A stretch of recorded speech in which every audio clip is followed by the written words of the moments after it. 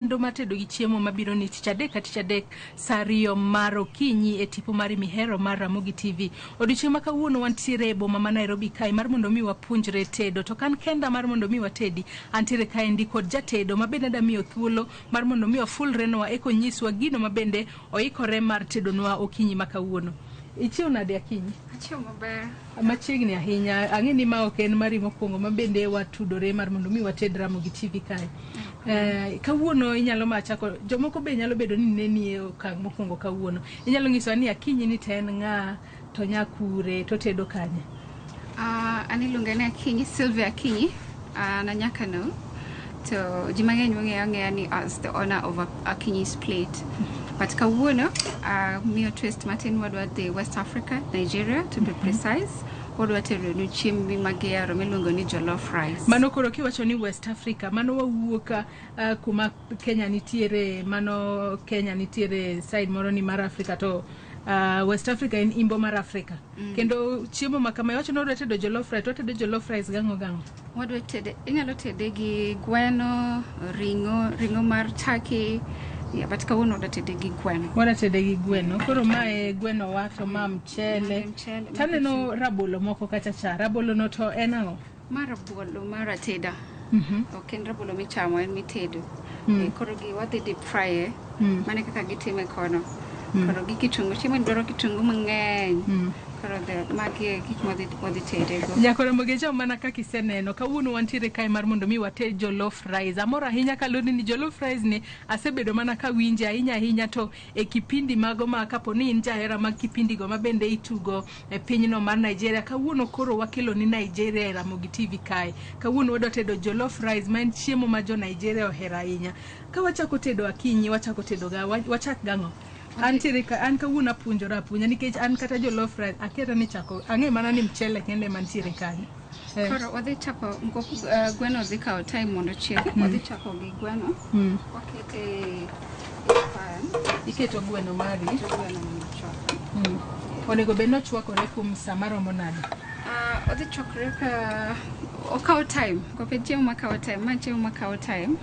Wadhi medo ginger mobedo grinded. Mano ginger. Ginger gi garlic. Ginger gi garlic mano tangawizi gi kitungu saumu. Mo obedo blended kata mo hod maber e pan. Koro wadhi mede pi. Wamede pi. To ere ber mar keto ginger kaachiel koda garlic kata kitungu saumu koda tangawizi mari? Dhi miye taste. Gweno maboth maonge oket chumbi matin. Gweno maonge gi taste. Koro sama ng'wadi fry to en gi taste. Koro taste gi dhi donje ka donje iye ma donje i gweno. Mano koro mane ber mar keto kitungu saumu gi ginger. Ginger mondo kel taste marano. Koro dhi moko mach wawe mano ka chwakre mondo koro wachak koro loso jollof rice. An amor ahinya gi wach jollof rice ni nyakora mogeja. Kaka ibende yikori makare mar ng'eyo kaka itedo jollof rice kawuono.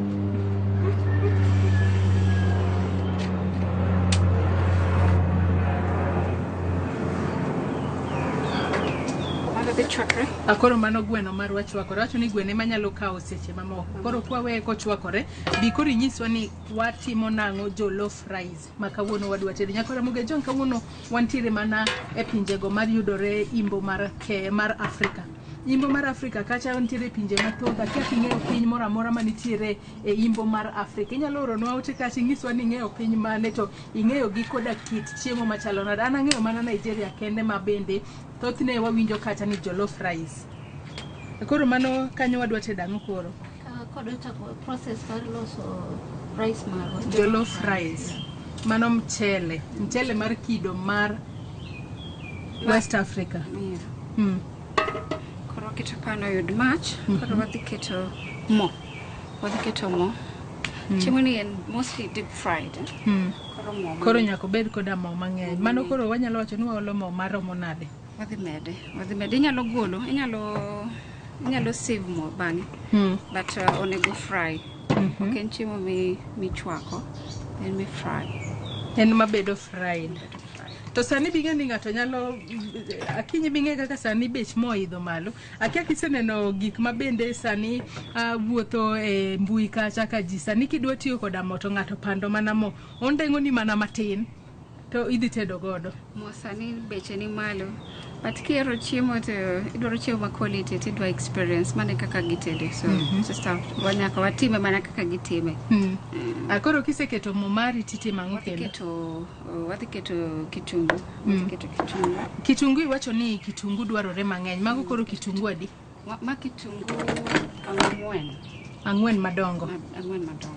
Kata an kawaida yaro kitungu ng'eny siri mar tedo. Koro keto kitungu ng'eny.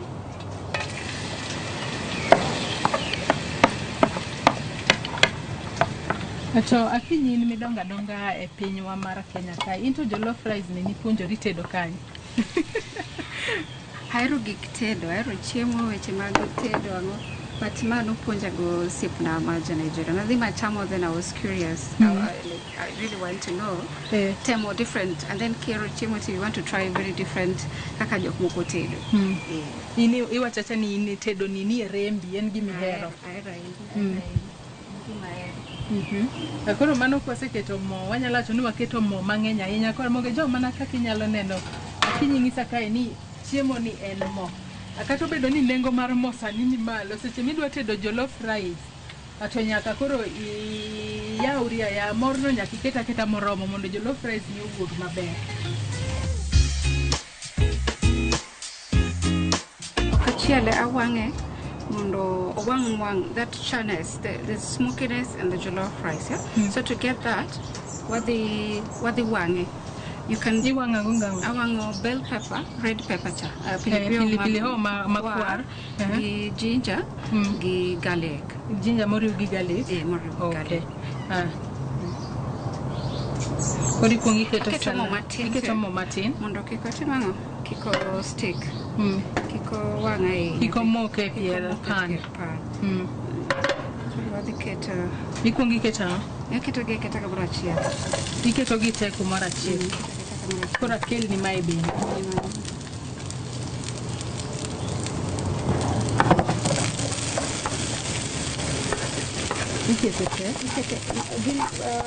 Chiemo ni one of the main component mag bell pepper. Ema miye that color. Bell pepper ked bell nyakora mugeja. Bell pepper en pilipili hoho makwar ema waseketo kanyo. Kagima roasted or something. Kagimo wang. That there's some and the taste more. The taste more kele chiemo for one amba apuonjra kaka iwang'o.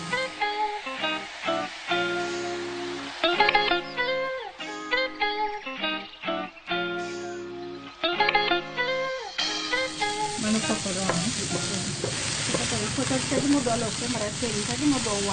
Kagima odwa wang' awang'a gima seche moko iwawe kendo mondo wang' kendo. To bende moko be inyalo timo another method, inyalo kawo kaka en mangimano to gi kaka garlic ngimano ikete kata e jiko kama roast mondo ka ng'ama bulo gweno bulo gweno mondo yud that smokiness. Basta kunjo ko kaka gola moro mar wang' matin mane rufu monego bed godo ato kara tedo jollof rice ni tije tek en process manyaka luma na machiegni ma step by step. Kela ko nyane kendo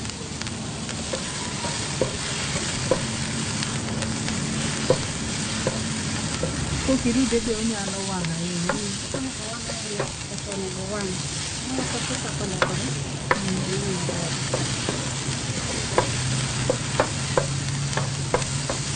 Alafu bende kama timo kama kata kama tebe niko kwa dua blend tena kama tebe ma ginger chiegre to okro kununi koro mar wato oneno gima chiek koro wase tedo ginger gi garlic no imeja tedo kawuono yo matin kama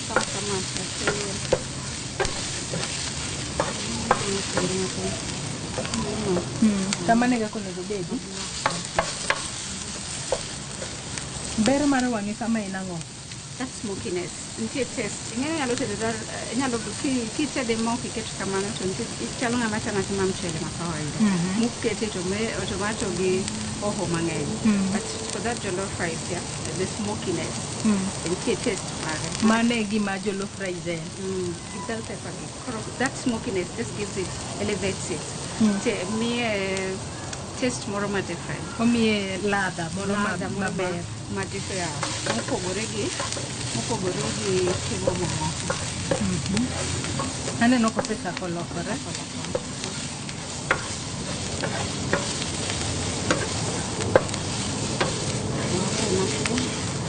Neno mano. Rutin gi jiko be ikawo kaka nitiere no. Ti amikete oven, aminyalo kete jiko. Ikete e wire maber to chako wang' to ikete kaka en full kamano. Mano we ka kosewang' matin kasi kok ing'ade. Inyalo adongi wadhi blend. Iblende kamano. Onge tiende mar ng'ade. Yie ni tedo pogore. Tedo kawuono miyo adwa bilo jollof rice kaachiel koda gweno gi plantain. Plantain ok en rabolo. Plantain ok en rabolo moro michamo. Plantain en rabolo, lakini en rabolo ma nitiere kidariyo mag rabolo. Nitie mano mipugo gi mitedo. Koro plantain en mitedo. Kati chame kamano to kinyal winjo ka en rabolo machalo koda rabolo moko.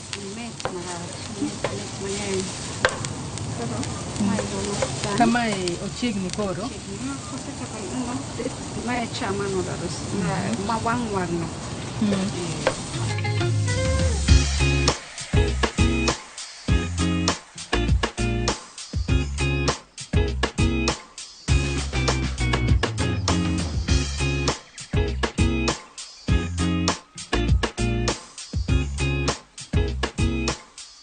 Koro mae iwacho ni mae osebulore maber kamae. Koro nitie gimoro kendo monego wamede kose? Nitie gima wanyalo mede ma en apilo ma jokono mede. Iluongo scotch bonnet ama apilo ma fresh. Apilo manumu. Koro ikete kamano kaka en full nikech odhi bedo blended. Ikete kaka en full. Be kiero tinyalo podi bule pamoja gi ma. Lakini waluor gi kaka inyalo handle apilo. Inya fuolo mari koro wafuolo kae makata koro konya kata wuoyo. Koro kosebedo kama to bedo blended. Koro wariwo gi tomato. Gi nyanya. Gi nyanya moko koro dhi. Nyanya marwa. Wariwa godo.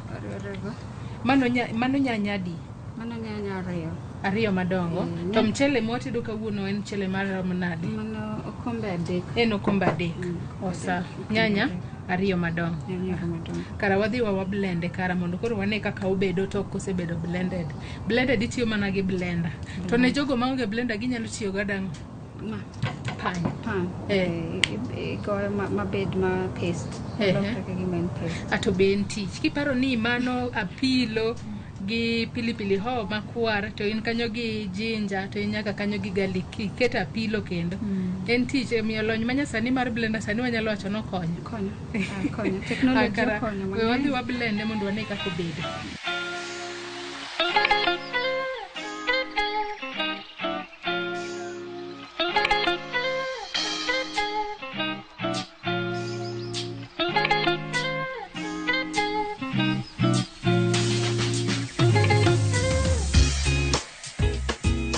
Koro akinyi aneno ka kitunguu mane waketi wacho ni watiyo koda kitunguu 4 madongo.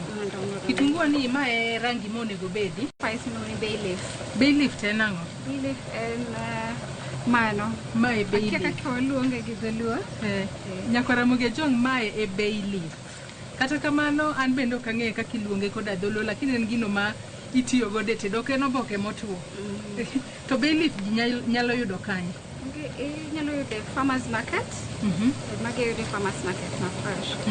I think at a supermarket inyalo yudo. To ber mar keto bay leaf kanye nango? Mondo kel entie gine okelo a taste, entie flavor mokelo. To wangi kitunguu akikwang. To koro bay leaf iketo marom nade? Akita adek. Koro next thing wadhi timo wadhi loke mondo wayud that taste odonje igine Odonje imo maber. Koro wadhi keto tomato paste. Tomato paste ma kawaida. Ma tomato paste. Kiko wang' keto tomato paste. Bas asechako winjo kugolo harufu moro maber. Awinje kober ahinya. Koro keto tomato paste inyalo riwo duka. Tomato paste an koda gedo ni e jogo maneno wasani ni tomato paste maber.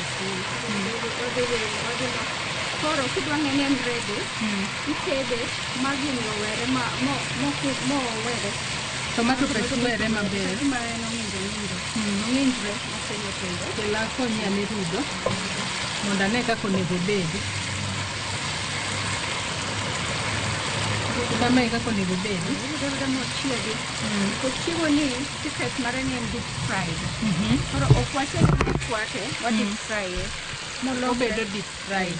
Most of this is deep fried. Nyakora Ramogi Ajwang' dong amor kaka wuona da puonjora tedo jollof rice. Iwinjo tikno. Awinjo ka en koda tik moro madung mamit kabisa. Suya mamit. Akia ka oseromo ng'i ane in kaka jatedo. Kodi chiegni matin.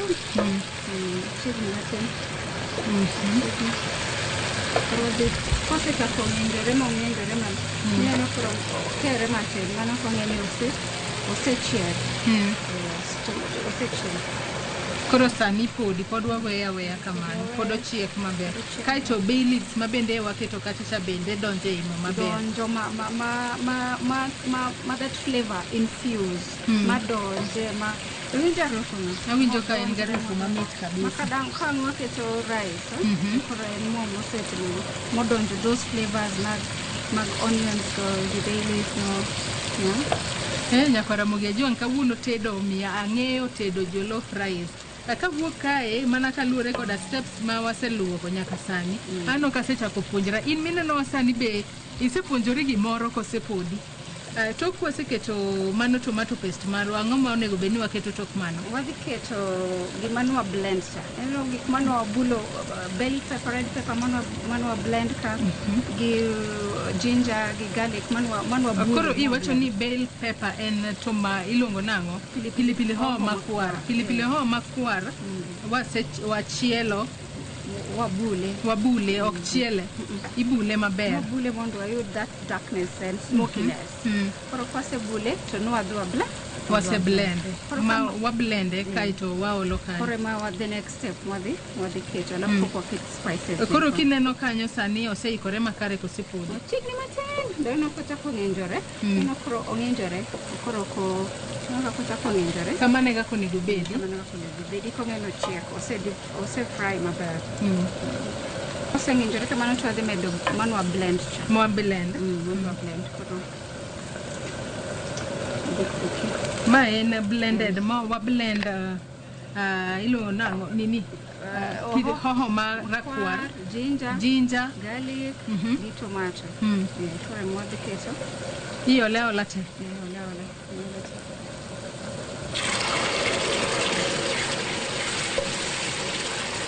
To bedine ni apilo mane waolo kae chabe awinjo. Sechako winjo. Harufu koro biro maber. Mane ber mar keto mo mang'eny. Mondo o deep fry. Chiemo onego bed deep fried, ok ochwaki. Koro wadhi weye mano machiek.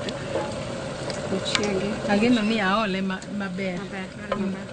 Koro ka wadhi medo spice. Koro wadhi keto spices. Wamedo ang'o kendo gang'o kanyo? Thyme enang'o? Ok ang'e kaka iluonge gi dholuo. Thyme ema.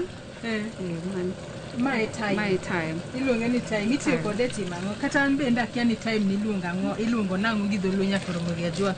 Kawuono wapuonjore kit tedo ma bende ok wathor tedo kaka jo Kenya. Kata kamano chenro mar tedo gi chiemo watedo kit chiemo mopogore opogore mar mondo mi wapuonjre kanyakla kaka itedo gi. To time ni inyalo yude yo machalo nade kata iyudo gi kanye? Magi yudo farmers market, chiro mar kumiuse fresh ingredients kata supermarket inyalo yudo. Magi yudo supermarket. To koro imedo time maromo nade? Ma nyaka chiek. Machiek mineno ka mo chako biro malo. Mo thiure koro biro malo. Mane king'eno chiek. Koro sani osechiek. Pofu chiek kodi. Koro waketo gigi mondo gichieg kamoro achiel. Mani onego bed ni waketo time marom nade? Awacho 1 tablespoon mar thyme. Mostly I wrote a time of fresh. Mondo yud go flavor no ma yeye. Wadhi keto black pepper mano. Magi gik ma ji nyalo yude chiro kacha. Mano thyme, wachako koda bay leaves, waketo thyme, sani koro waketo black pepper. Anaera pilo maber, moteore maber. To be bing'eni chiemo go mag West Africa. Bende tosne wayudo ga ka nitiere kata jogo ma osechame wacho ga ni gintiere ga koda pilo mang'eny. Ma curry. So gin gitiyo gi curry leaves, fresh curry leaves. Koro imede mato curry ma powder. Curry powder be iketo maromo nade? Ma to iketo kita moromo tablespoon ariyo. Inyalo keto tablespoon ariyo.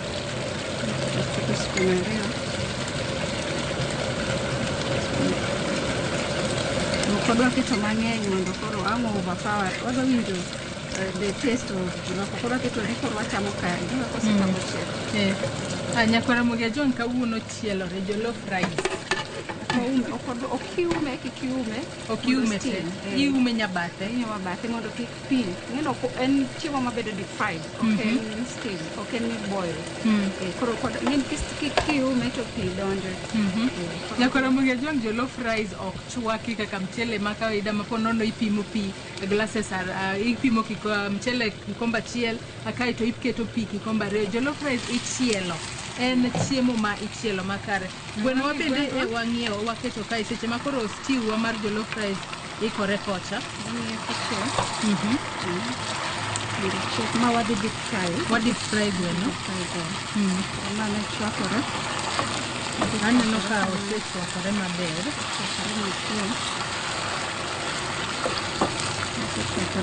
Kama kwa chwakore waketo jinja. Donjo flavor mawuok na. Awinje maber.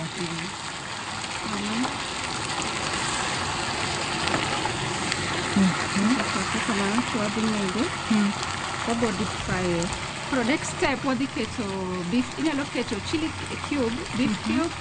Ama jogo keto ga magi ng'eny go kono magi wadhi keto marwani ma beef cube ma pod wakete ma spice wa build up spice. Mo nyalo wacho mani jollof rice ni en spices mang'eny mimede. Wayaride mar mondo mi kik omoko be. Iketa achiel kende. Achiel kang'ina gindo ba kidwa mang'eny en spice no mondo elevate the taste of overpower. Ng'eno mara nyalo tebo chiemo chanya kama spices. Ng'iyane ka odhi maber. Chiegni, eno ka mo chako biro malo. Mo thiwore biro malo. Koro chiegni kabisa. Koro wadhi nego ma mondo wagol iume nyabathe maber. Koro wagol ma ket bathe. Achaki kore mar deep frying chicken. Gweno ma koro wadwa deep fry. Koro wadwa deep fry gweno. Keto mo ka mondo makmach. Mo be waketa tika mang'eny. Mano deep frying to koro en mo.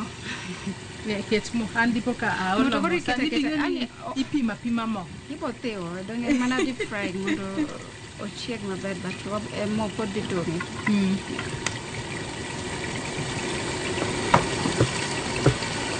Mano ka check koro adwa deep fry ma dhi kete wang'iyane kaka stew wa mar jollof rice be. Awinjo ka be ogolo suya mamit. Ninja suya mawuok no.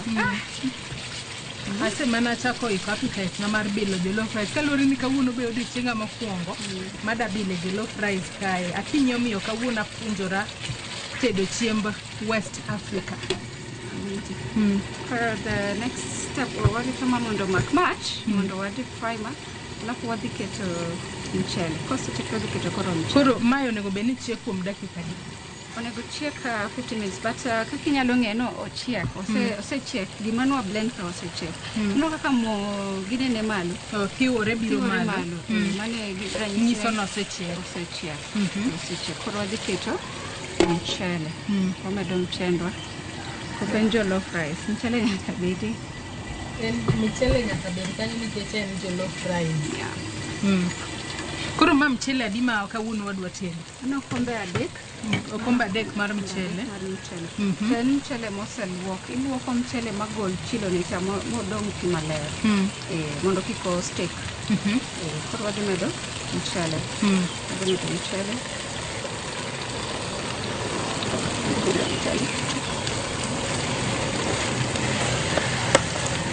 Ma jollof rice nyaka Ramogi ajwangi. Akinyi kawuono tero wa West Africa. Wawuok Kenya kae kendo sani monego bed ni wawuoya kaka jo West Africa wacho ga kizungu. Oga. Onego bed ni loke kose.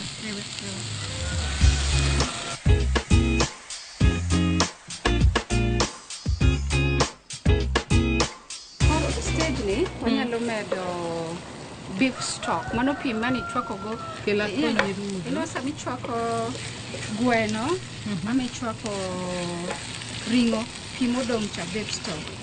Wanyalo wakete ma wadhi kete, but inyalo keto pi piny gi pi. Wadhi keto beef stock. Koro nikech bing'eni ji tedo ga mchele mopogore. Wayudo ga ka ji tedo mchele mopogore Akinyi. Kaka sani wacho ni ma mchele kikombe adek. Jollof rice bendi pimo ne pi kaka ipimo ga pinga mchele ma kawaida ma tedo ko senti tede nang'o? En ok kamano. For most of the time okidwa mondo odhiegi. Koro mchele mar secret ma kaka time iluoko mchele. Koro ng'eni kiseluoko mchele to kagimi tede matede. Koro kiketo pi okipong'e, iketa pi ma pi ochop malo, ochop matin malo ka dona ochop kanyo. Seketo kamano to wadhi loko mach piny mondo chieg maber. Pigni koro wasetieko godo. Kete kanyo kacha. Gimoro monyalo keto mondo odwaro mondo gino chieg mamos gi steam. Koro gima dhi timo dhi keto foil paper, dhi ume gi foil mondo koro chieg mos. Foil paper ka.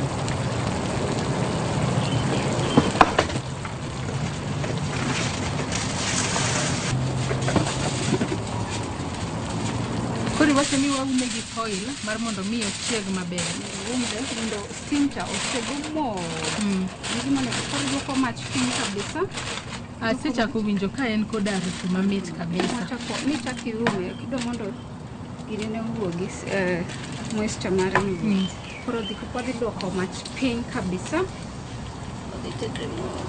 Aneno ka akia ka in bende isepuonjori gimoro nyaka kama wachope kanyo nyaka Ramogi ajwangi makoro waumo mchele wa maber mar mondo mi ochiega e yo makare. Kawuono watedo jollof rice kaachiel koda gweno gi plantain. Plantain en rabolo mano rabolo mitedo ma kawuono ok wadwa tede kaka itede ga pile. Kawuono Akinyi dwa nyisowa kaka itede e kido mopogore. Akinyi aneno ka mo mane waketo mar tedo gweno aneno ka chal no seikore. Mo to seikore. Koro wadwa deep fry gwendwa.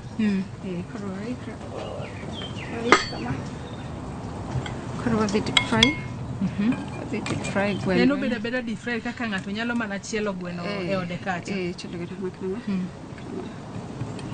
Wadhi deep fry moliet.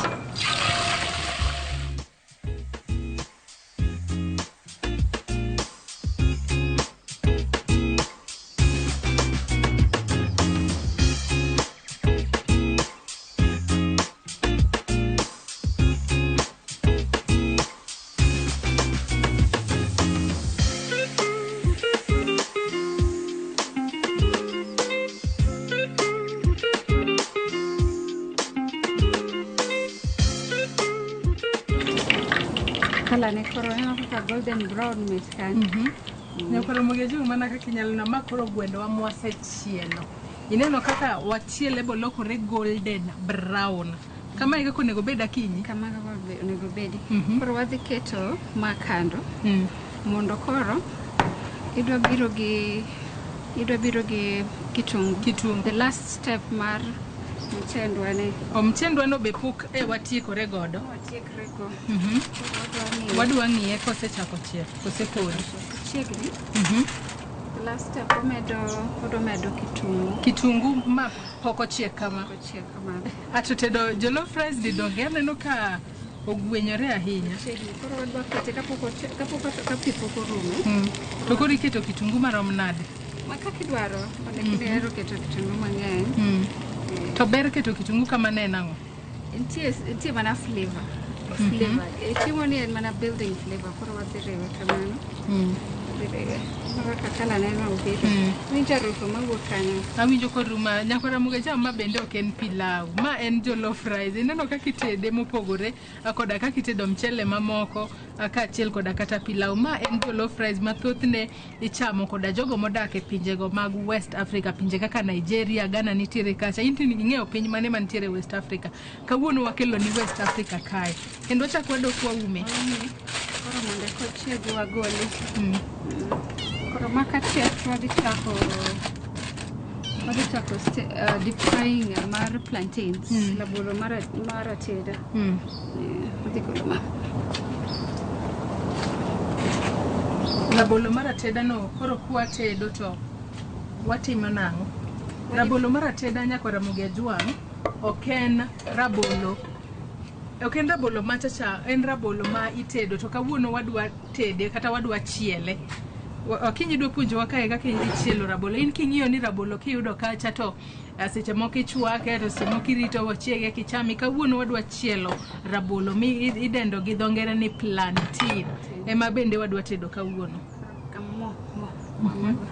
Ayie ahinya ni chiemo ma kawuono watedo watiyo koda mo mang'eny. Ma kapo nono ni in jalno mapimo mo ka intiere ode kanyo, ok apaka chiemo ni nyalo tedo gi sani ma bech mo idho malahinya. Mana kaka gitede koro. Koro kiseketo salad mari kacha. Keto salad to wadhi kawo.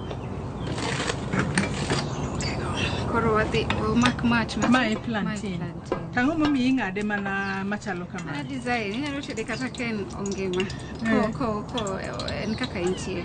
Ma ok en rabolo mokuok nyako Ramogi ajwang' michamo. Ma en rabolo ma onego bed ni tede kapok ichame. Keto kama. Iketo achiel. Onego wang' ahinya.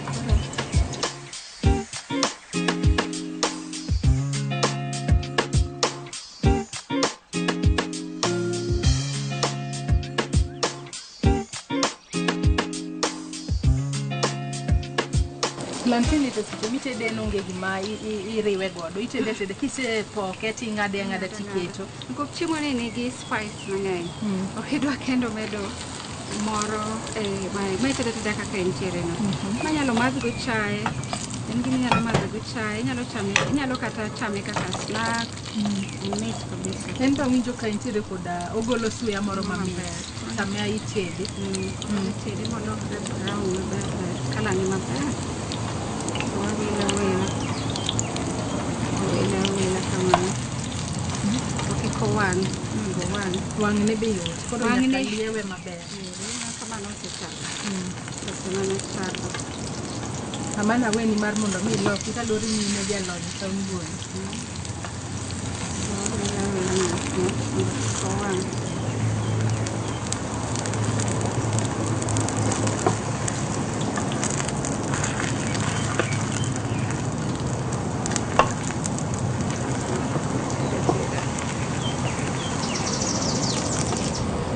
Mano koro tedore maber. Wang' piyo. Onyalo wang'. Aneno ka onyalo njawo ng'ato jikon.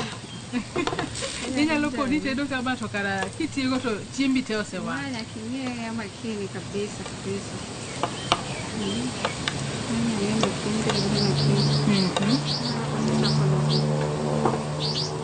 Ma iluongo ni plantain, rabolo manumu. Nitiere rabolo mikuogo kod mitedo. Koro ma en mitedo miluongo ni plantain. Ema kawuono watedo godo jollof rice wa gi gweno kaachiel koda plantain.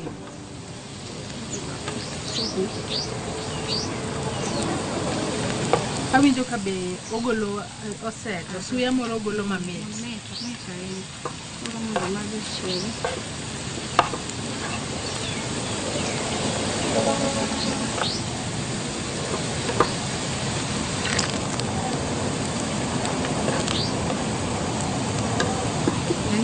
Wang' piyo kabisa.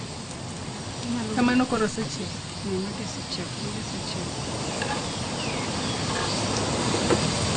Nanti nyalo tede kochiek ahinya, kochiek ahinya to lokre marateng'. Koro onego bed nochiek ahinya. Inyalo tede in any stages. Ka en grill, jok moko ohere kosechiek ahinya.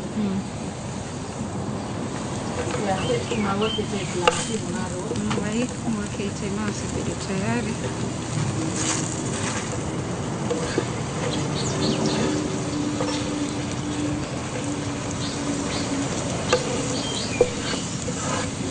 An kawuono aneno ka apuonjora tedo ahinya. Kawuono apuonjora tedo plantain, apuonjora tedo jollof rice kaachiel koda gweno. Mano gweno mowang' maber. In mineno sani bende isepuonjori ma kata sani ka in ng'ama nyako to wuon paru ng'isi kacha ni jaber tedna jollof rice. Mana kaka aneno kitede Ramogi TV kacha bende inyalo kose oyo. Chiemo ok onego bed bor. Inyalo wuotho mi lim jomoko to pok idhi kono. But ichamo chiembgi feel ka gima idhi Nigeria.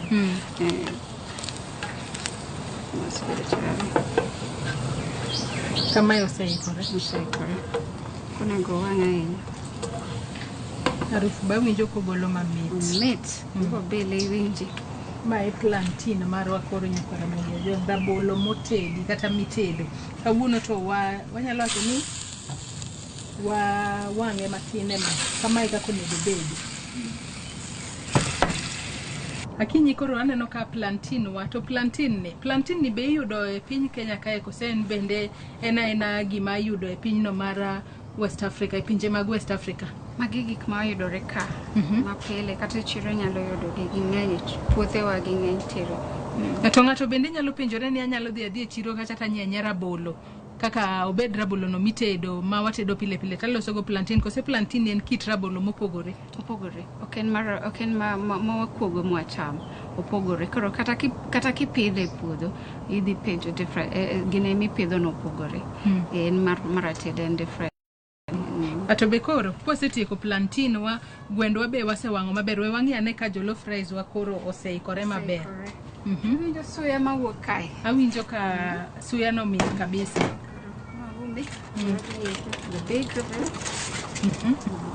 Ma koro oseikore maber. Koro wadhi kawo gweno. Gwendwa ne waketo gweno e iye ka. Waketo koro clear gi piece ne mar gweno. Kang'isi pile ni tedo pogore tiwe ni ajosikia kawuono dong' inno ka watedo jollof rice wakendo waketo gweno e wiye. Anno ka omit ahinya. Harufu ba awinjo ka en garufu mamit. Garnish iketo chiemo bedo maber makelo mamoro wagi. Koro dhi keto bit of parsley odho mara man keta imedo dania mari kala moro gi plantains. Koro keto plantains kanyo.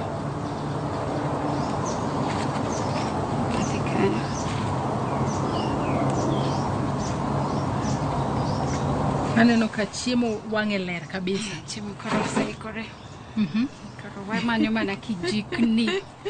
Nyako Ramogi jong mana kaka inyalo neno chiemo wang'e ler kabisa. Kinyalo neno kae ma en jollof rice ma bende watedo koda gweno marwa. To koro jollof rice ni kosechiek tiketo gweno e iye to iloko matin. Ok ochieg kendo gweno isewang'o maber kaachiel koda plantain. Koro sa ochopo ma bende koro anyalo wacho nadwa bilo lweta kinyi. Idwa ng'eyo. Adwa ng'eyo kawuono antiere koda siso. Awinjo ka olap dhogo sechako no. Winjo rufu mosaso gikondni. Ka wadwa bilo jollof rice. Achak gi bilo mchele monde. Kalore ni mchele e jollof rice.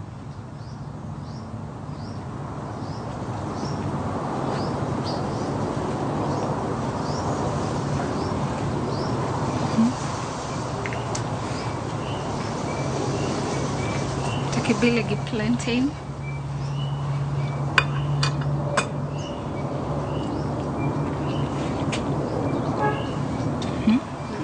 Plantain ba winjo ka mit. Mit mang'eny. Winjo flavors mag gik manwa loso kate.